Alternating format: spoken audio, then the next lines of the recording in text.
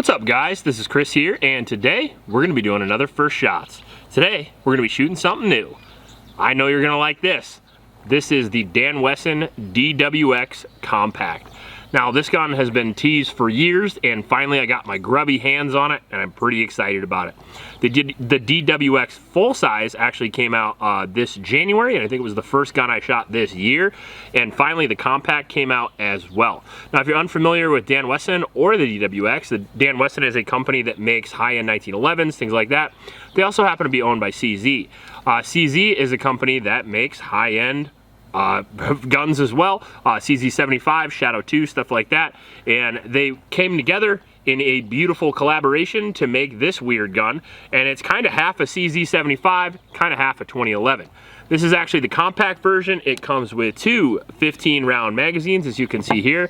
It is single action only with a single-sided safety, combat hammer. Up here we have some beautiful sights, blacked out rear with a front HD night sight. Very, very nice. And then we have serrations in the front, we have serrations in the rear, and then we have serrations on the top for glare as well. We also have a very interesting single action trigger, obviously a 1911 style trigger, which is kind of the whole concept of it. And what that brings to the table over something like a standard CZ is straight back to the rear, and on top of that, an adjustable length of bow, and it's also going to be out a little further than your standard CZ, so it's going to be more ergonomic for people with bigger hands. Same CZ75 ergonomics on the grip, however you get kind of this grenadier pattern here, this frag pattern on the front and rear strap, and then you get frag grips as well, although I will be eventually replacing mine for lock grips if they do make some. I love some lock grips, so I'm going to contact them right after this video.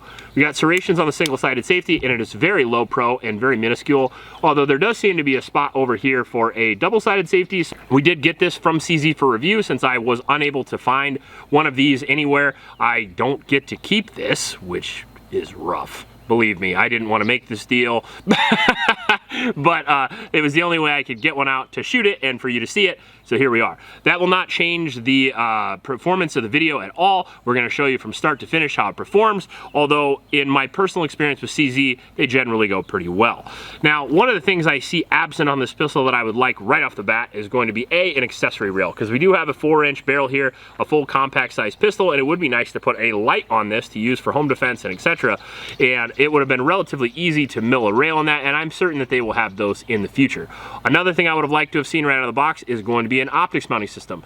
Now, whether you decide to mill it CZ for the shield RMS pattern, which is not actually that uncommon these days for full-size pistols because they are very thin optics, and this is a very thin slide, and I wonder if that's why they didn't do it right away.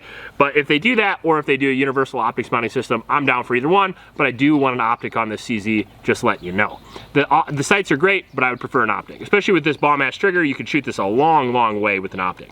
And this one really does feel like a high-performance gun, and it should, because this is around $2,000, which is very expensive for an aluminum frame carry gun, so it better perform well for that price. Today, we are going to be running Blazer brass in the two 15-round magazines, and then we also have some Blazer in a CZ Shadow 2 mag. And for you that have watched the DWX full size, you're wondering why the hell I had this out, since they take the P10F magazines, right? Well, weirdly enough, the DWX Compact takes the CZ75 mags.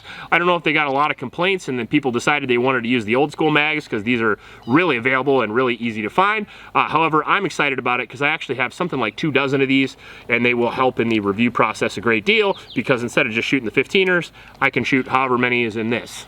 Before we do that, I do want to thank my Patreon supporters. Thank you guys very much. I really appreciate you guys helping out with the videos. If you want to support this content, just go to the link in the description and sign up. Also in that description is a link to a local shelter in Ames, Iowa. It's the YSS. Those kids could really use your help, so please get down there and donate to those kids.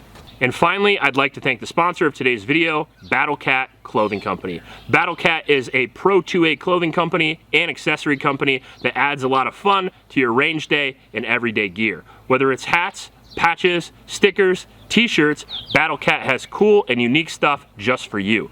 They offer free shipping on orders 75 and over, and they're big fans of the channel, so I'd really appreciate you helping out Battle Cat. All right, we're at about 75 here, and I make no promises. Been working all day, I'm tired, and it's 90 degrees out here, and my hands are sweaty, and on top of that, I didn't lube this, so I just lubed the crap out of this with Slip 2000, so I got lube and sweat all over my hands. It feels like a Friday night in, if you know what I mean.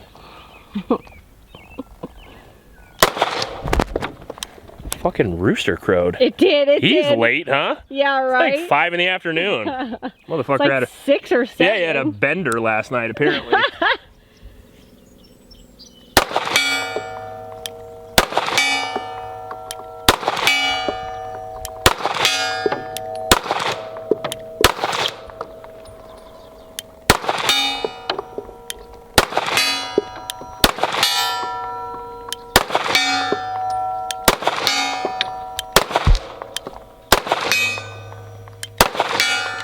Super easy, barely an inconvenience. Yeah, well, you know, the easy concealed carry distance is 75 yards.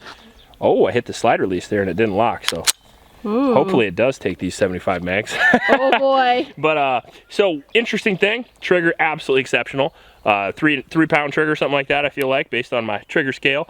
But the sights are very, very good. But this U-notch, like very Wilson Combat-esque, is a little bit difficult to engage at distance. You have the big front dot, as you can see here. And you kind of put it in the U, but it's off axis, so you have to put the dot a little bit lower than the U in order to hit at this distance. So it's kind of spatially weird with my eyes, I guess. You know, it is what it is. Sometimes it's personal preference. Yeah.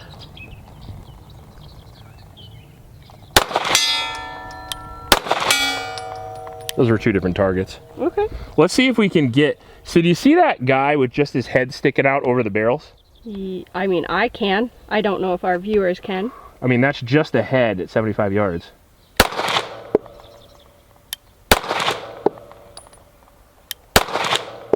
High? It was high, yeah, because I didn't want to shoot the barrels. But headshot at 75 with a compact gun is not the worst thing in the world. That was too easy for you, eh? Yeah, so let's pop out 100 and see if we can rein some in here. All right. That 115 9mm.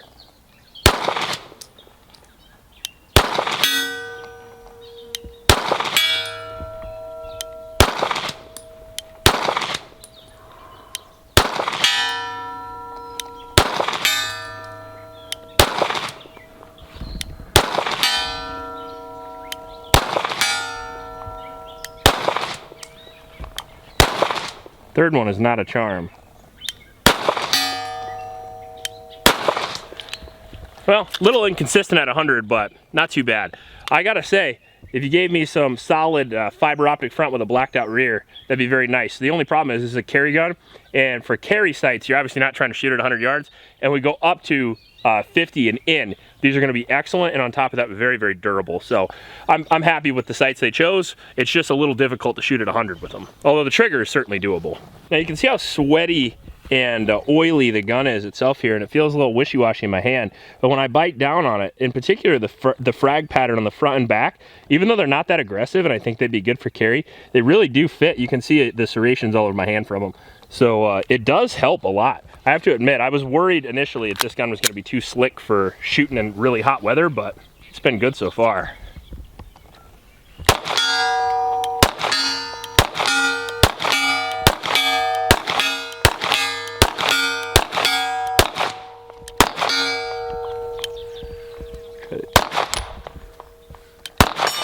Oh, I'm getting the dueling tree.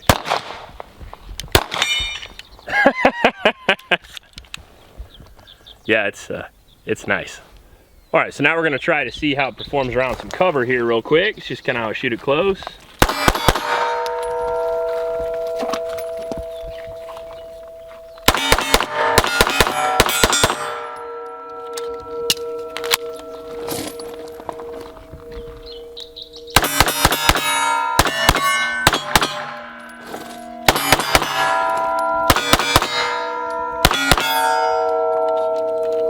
This thing's a monster. I like this. Or are you the monster? I don't know, let's find out. Ouch. The shell got me. I figured with the last mag I shoot, we'll have my wife shoot one after this just to check performance. But I figured for the last mag I shoot, I'll just do a double-double drill. I got 12 rounds left, so I'll just do 2 on that guy, 2 on that guy, and we'll just do it maybe 3 times in a row and just see how it goes. Well, got an empty mag in there. Stow that, load this one, and say when. Help me! One more time. Oh no! Okay. Drop it, fuck boy. Oh my god. All right, let's give her a shot. Yeah, let her rip.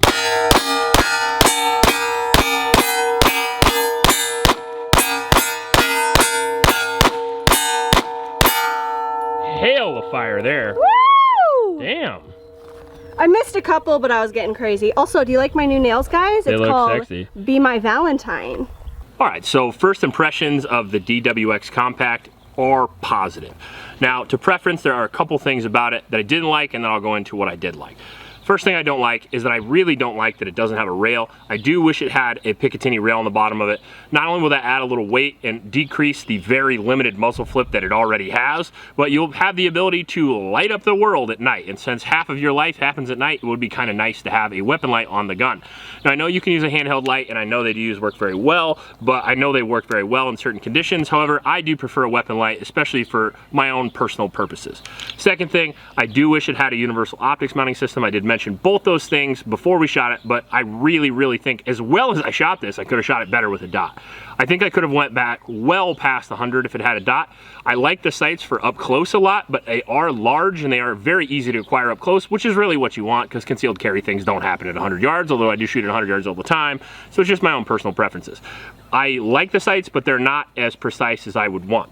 Third and final thing I didn't like was the fact that I didn't know how well the 75 mags were going to work, since they are a little bit different. However, they did work very well except for one thing. So we did pop the magazine in, and what we found out is with the large magazines, we did have to run the slide. The slide lock would not run. So every time we dropped the slide lock on one of the larger mags, it just stuttered and stopped. And then we just pull it back, and it would slingshot forward, and it would work. That being said, if you are going to run the larger magazines, at least for the data I have now, I'm going to have to do a full 1,000 round review of this. We're going to have to test this a lot. Maybe it's a break-in period, or maybe it's going to get worse. I'm not exactly sure. But for now, at least with the data I know now, if nothing changes, I would recommend, if you're going to keep a big magazine for concealed carry purposes for a reload, I would recommend loading the gun and then using the slide. I would recommend not using the slide release, since mine didn't work all that well. At least not with the big mags. It worked fine with the small mags that actually came with the gun, so keep that in mind. Now, as far as the pros, the trigger is fucking outstanding. It is absolutely outstanding. I was surprised, because I think it's probably better than the big model. You know, usually with the compact, they try to up the poundage a little bit, but with this, you're looking at like 3.5 pounds, somewhere in there. The reset's freaking crazy. So check the reset here. I mean, that's nuts. That's like Atlas Gunworks good. And that's kind of the experience I felt on the DWX full size too, except this trigger is as good or better than that. Ergonomics, CZ75 ergonomics, what a shocker. I would like them. I shot a Shadow 2 in competition for many years and still do. So I have tens of thousands of rounds on Shadows, so it's not much of a surprise that I shot this well, considering that not only do I have those, but the other gun that I shoot primarily is a 2011. So if you have a mix of both, I'm gonna shoot it pretty well. Skeptical about the frag pattern grip, but they do work really nice and they won't rub you raw carrying it. The up sweep and the beaver tail is absolutely excellent. Huge fan of that. Hammer worked very well. Sights, again, 50 yards and in, absolutely excellent. Safety, very minuscule, but very tactile and very audible, very easy to tell when it's on or off, and very easy to use. Also, even though it's small and minuscule for concealed carry, I felt like riding the safety was comfortable, which is really surprising because most people don't do a safety right. The slide, super easy to actuate, so when I do mill this for an optic, because companies do mill these for an optic, I won't mill this one. I'm gonna have to go buy my own, since this is the T&E version and CZ won't let me keep the damn thing. But when I do get my own, which I will, and eventually I will mill it, I will be running the front, so I do appreciate that. Now, as you can see, we have an inverted crown on the barrel, very similar to Wilson Combat or the larger DWX, and not only does that look sexy as fuck, but that helps out too. If you're gonna drop your gun, you won't fuck your barrel up too bad. Magazine release worked really well, as you can see here. Put the mag in, drop the mag out. Aluminum or steel mags always slide in and slide out a little bit easier, and she likes that, so slide in and slide out at your leisure. It also has a ledge on the safety, which we didn't use, but I can tell is going to be pretty excellent. Now, one of the things I also noticed just now is it appears like one of the set screws on the sight is working its way back out. Now again, this is a T&E model, so whether it comes with Loctite, I'm not sure, but if you don't have Loctite in your drawer and you're a gun guy, get some Loctite and put it on your set screws. Anything that can back out generally does, so make sure to Loctite it. overall, do I think the gun is worth $2,000? Whew, that's a hard question to answer, because could you get a concealed carry gun like the M&P Shield that does almost everything this does for 400 bucks? That exists. Are they optics ready? They are. Are they light compatible? They are. Can you find similar capacity guns for $400 or $500 that have the same capacity, the same barrel length, the same size to weight ratio? You can. What you get into when you buy a $2,000 gun is you buy a gun that looks sexy and you buy a gun that shoots on the extremes. For a compact pistol, I would argue this is one of the fastest and most accurate pistols I've ever shot.